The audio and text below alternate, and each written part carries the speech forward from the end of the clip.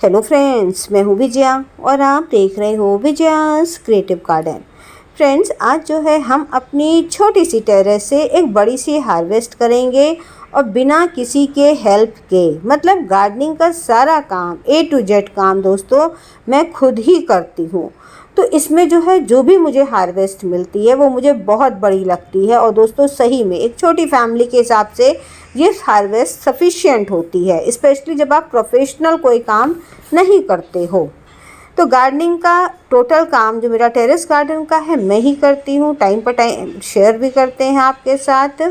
और यहाँ पर दिखाते हैं भुट्टा जो कि मैंने ग्रो किया था, जिसको मैं कंफ्यूज थी कि ये है क्या, आखिर ये भुट्टे का शेप ले रहा है। इसको देख करके तो मुझे वही पहेली याद आती है, हरी थी मन भरी थी, राजा जी के बाग में दुशाला ओढ़े खड़ी थी।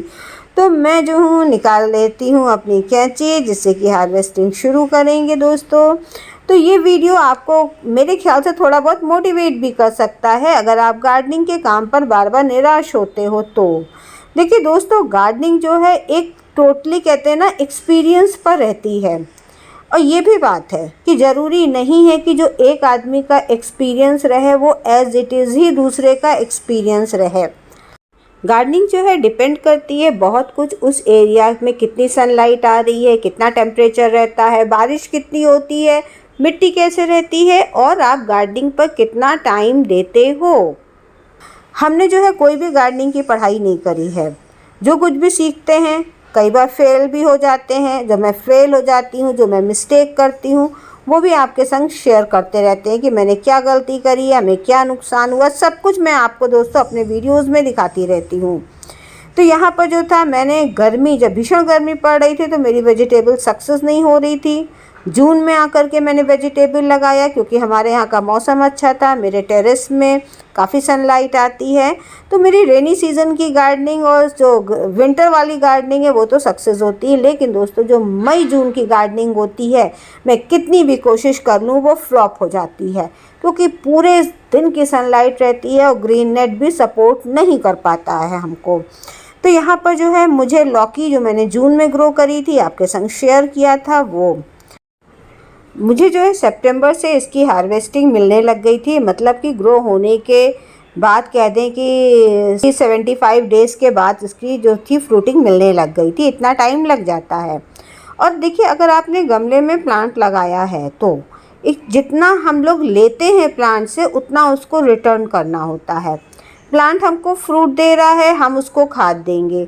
तो जब भी हार्वेस्टिंग करिए तो खाद डाल दीजिए ज़रूर उसमें।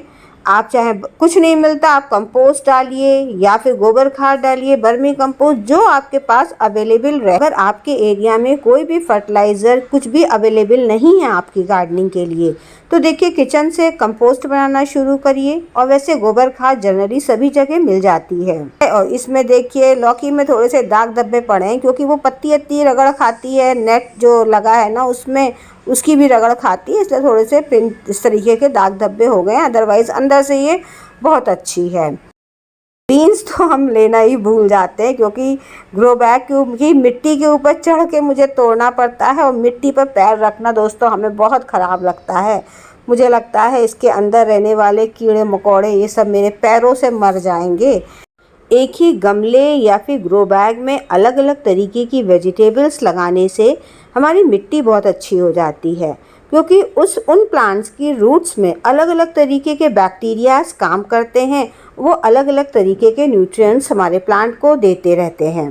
साथ में दोस्तों मैं जो हूँ अपने गार्डनिंग में कोई भी केमिकल फर्टिलाइज़र बिल्कुल यूज़ नहीं करती हूँ, क्योंकि मैं घर में अकेली रहती हूँ। माशा जी को इंटरेस्ट नहीं है तो वो बहुत ज़्यादा फर्टिलाइज़र दिलाने भी मुझे बार बार बाहर ले करके नहीं जाते हैं।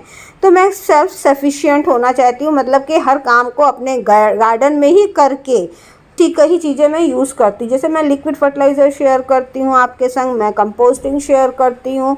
तो जो कुछ भी मैं टेरेस गार्डन में बनाती रहती हूँ वही सब अपने प्लांट्स में डालते रहते हैं। एक तरीके से कह दें कि मैं रिसाइकिल करती रहती हूँ हर चीज़ को, तो उसी से मेरी गार्डनिंग होती रहती है। तो यहाँ पर जो है ये हरी मिर्च लगी है। हरी मिर्च को मैंने ग्रीन नेट के नीचे रखा था। गर्मियों में मैंने बहुत केयर करी थी इसकी, लिक्विड फर्टिलाइज़र वगैरह भी डाला था, तब भी फ्रूट्स नहीं बन रहे थे।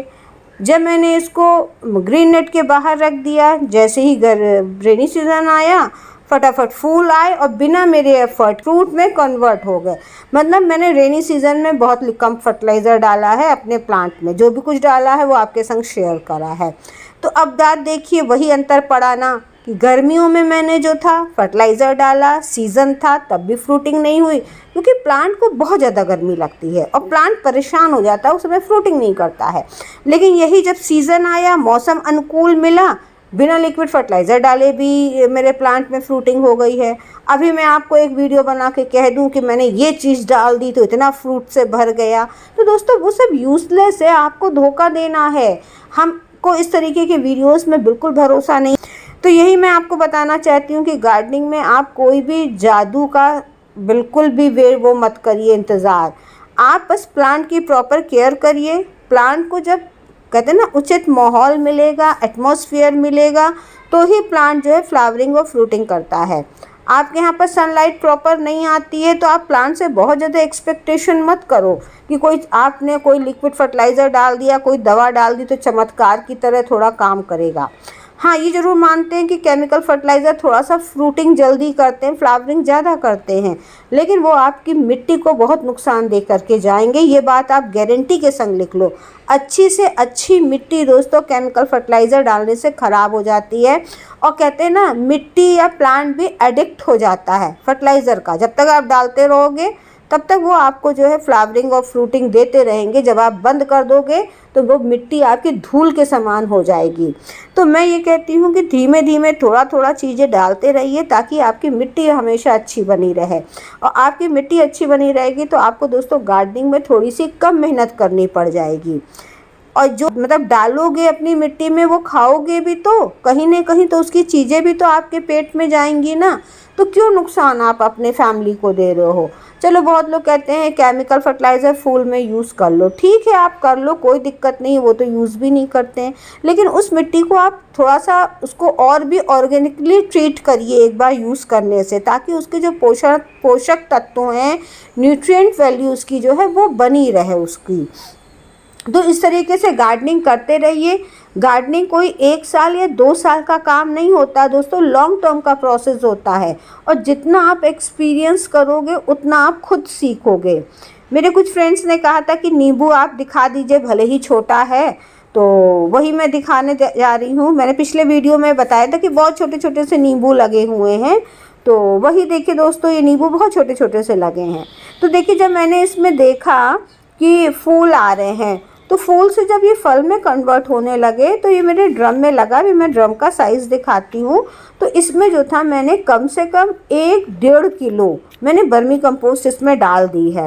ये फूल अभी भी आ रहा है, तो बर्मी कंपोस्ट डाल दी है, तो इसको न्यूट्रिएंट मिलते रहेंगे। ये देखिए मेरा ड्रम है इतना बड़ा, तो ये चल रहा है। अब बड़ा होगा, जब भी होगा मैं आपके संग फिर इसको शेयर करूँगी।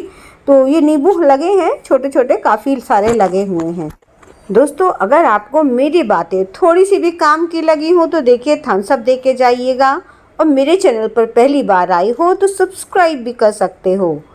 फिर मिलते हैं आपसे किसी नए वीडियो के साथ, तब तक के लिए गुड बाय।